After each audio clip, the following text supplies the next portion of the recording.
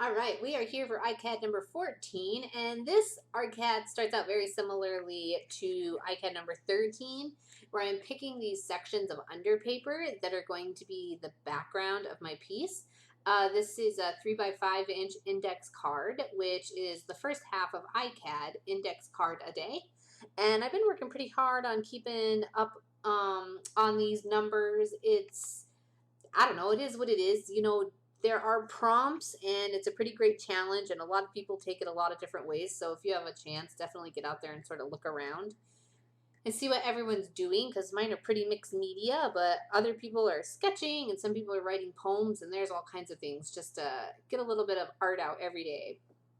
So I trimmed down my underpaper, which is usually just paint and other things on newsprint. I trimmed it down to size and glued it to the front of my Icad, and then I will trim off the excess that overhangs so that my Icad is once again 3 inches by 5 inches.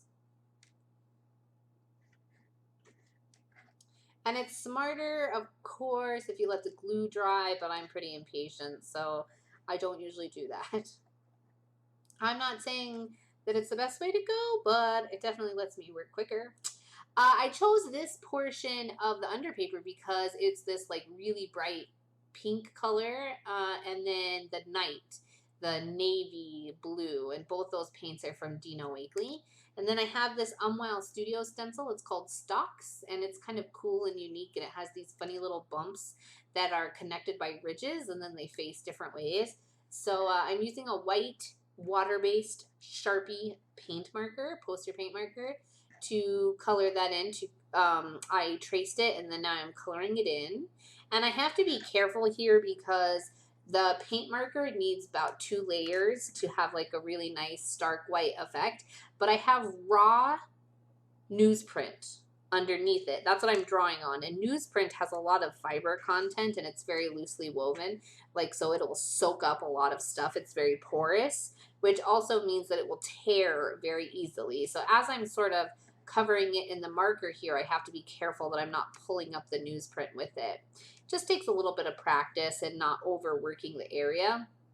Also, I can let that dry, give it a few seconds, or even zap it with a heat gun, and then I can come back and go over it a second time. And basically the reason that I'm doing that is just because I don't want those paints showing through. I want the white to be very, very, very white. It's like I'm bringing back some white space that I may have lost.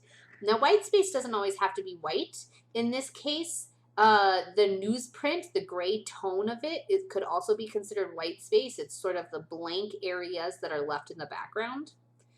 That's what white space is. It's the negative from all the pieces that you've been working on. So keep that in mind. It doesn't always have to be white, though I do really enjoy the starkness of a bleach white to all the color and the tones and the distressing and the textures that I have going on my pieces. So definitely a personal preference. I now am outlining the left-hand side of my card in little polka dots that I'm doing with the white Posca, not Posca, I apologize. I do have Posca markers, but with the white Sharpie paint pen. And for a while, I leave it just like that. I think, man, that looks really cool, just with the dots on the left-hand side.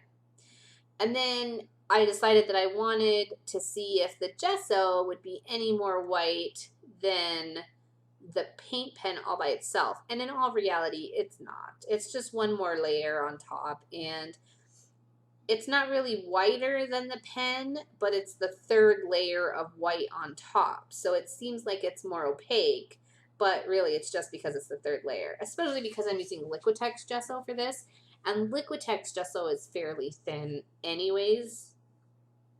I mean, it's there. I'll tell you exactly what I did. It doesn't mean it helped necessarily. I mean, it's there.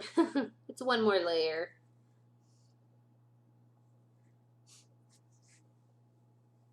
Then I get back out my my Sharpie, and I'm kind of looking at it, and like I said, I only put those dots on the left-hand side.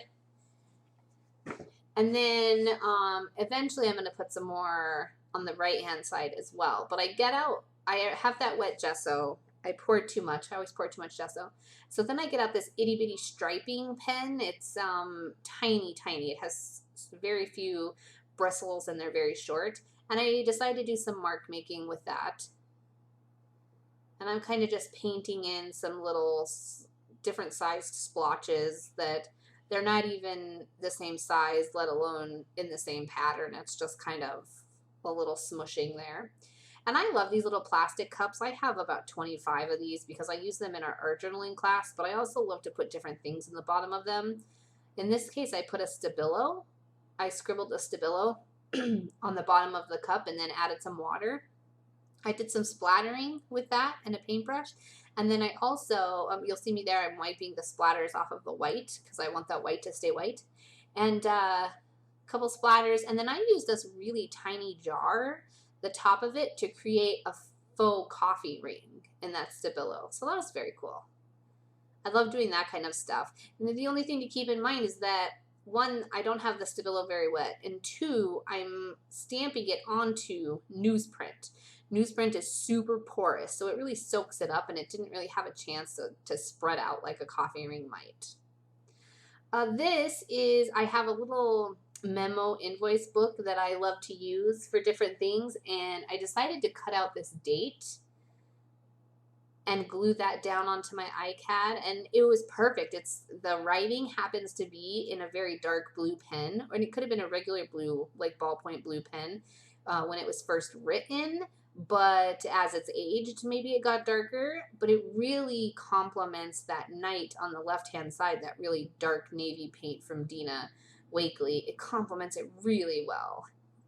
So that was cool too, because then I could work in another neutral tone, which is like the tan vintage portion of the page, and it still complements, it still fits in.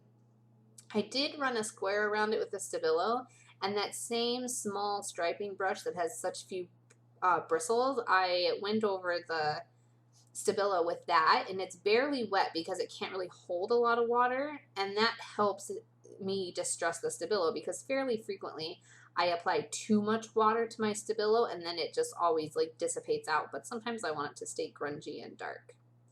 Well, here we go with that paint pen again. I was saying before I was going to leave the right hand side without any white, and it wasn't really reading that well.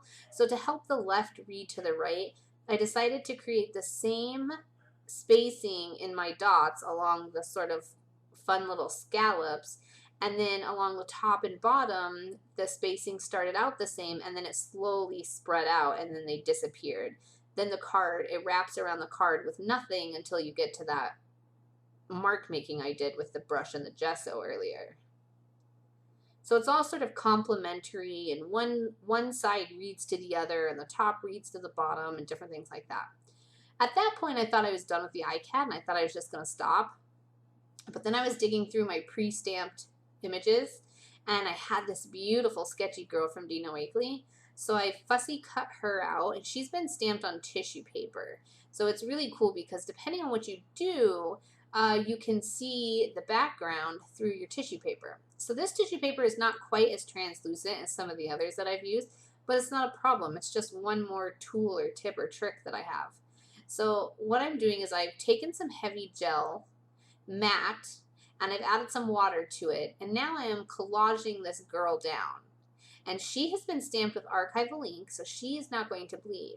But anywhere that there's Stabilo marks all underneath, it's going to sort of bleed because it's a water-soluble product. And I'm just going right over everything. I did place her very specifically, but now that I know where she's going to go, I'm not even being careful. I'm just completely covering her and making sure that she's getting collaged down 100% so that I can trim away her excess. And then once she dries, her tissue paper is not quite as transparent as it looks right now. It gets this kind of cloudy effect, and then the background sort of shows through. It's really cool. Also, I purposely left May out of the sort of like transparent layer, translucent layer, because,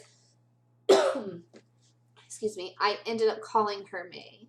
And I just trimmed her down to the edge of the card, and I love it, and it's so fun. And then I took, I decided that she just quite wasn't standing out enough. She just needed a little bit of help here. So I covered, or I outlined her in Gesso, oh my goodness, in Stabilo. I outlined her in Stabilo Marksol, and then I activated it with water and spread it out so that there was a gradient sort of emanating from her, but it's of darkness, so it's more like there's a cool shadow around her. Then she kind of pops off the page. And that's it. That Icad's finished. All right. Thank you for joining me. Always glad to have you. Please feel free to subscribe so that you know every time I do a new video, which I've been doing a lot of them over the last few weeks. And I have a lot more coming up. That's it, I think. I'll see you again. Thank you so much.